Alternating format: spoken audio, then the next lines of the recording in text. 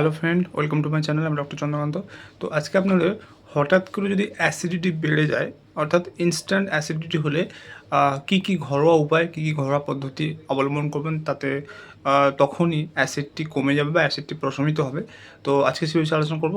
হঠাৎ করে যদি অ্যাসিড হয়ে যায়, অ্যাসিডিটি হয়ে যায়, তাহলে কী করবেন? বাড়িতে কী করবেন? ওষুধ তো খাবেন, ওষুধ খাওয়া ছাড়া বাড়িতে কী কী করা উচিত যদি হঠাৎ করে অ্যাসিডিটি হয়? আজকে সে বিষয়ে আলোচনা করব। চ্যানেল নতুন, চ্যানেল সাবস্ক্রাইব করবেন। চলুন শুরু করা যাক।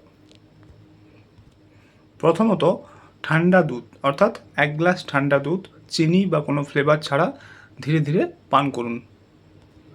এটি প্রাকৃতিক অ্যান্টাসিড হিসেবে কাজ করে, যেটা অতিরিক্ত অ্যাসিডকে শোষণ করে। এরপর হচ্ছে মৌরি, অর্থাৎ ১ চামচ মৌরি ভিজিয়ে খান বা ১ কাপ গরম জলে মৌরি ভিজিয়ে খান। এরপর হচ্ছে আদা, অর্থাৎ ১ টুকরো আদা চিবিয়ে খান বা আদার রস বা সঙ্গে একটু মধু নিয়ে খেতে পারেন। এরপর হচ্ছে তুলসী পাতা, অর্থাৎ কয়েকটি তাজা তুলসী পাতা চিবিয়ে খেলে পাকস্থলীতে অতিরিক্ত মিউকাস তৈরি হয়, যেটা অ্যাসিডিটির বিরুদ্ধে লড়াই করে।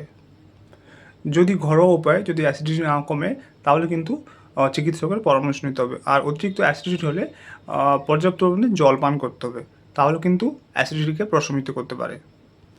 অ্যাসিডিটির জন্য যে ওষুধগুলো বাজারে পাওয়া যায়, সেটা হচ্ছে প্যানফর্টি, র্যানট্যাক, জিনট্যাক, অ্যাসিলোগার্ডি, এছাড়াও নানা রকম কোম্পানির অ্যাসিডিটির ওষুধ পাওয়া যায়। সেগুলো খেতে পারেন। যদি ঘরোয়া উপায় কিছু না থাকে, তাহলে সেগুলো খেতে পারেন।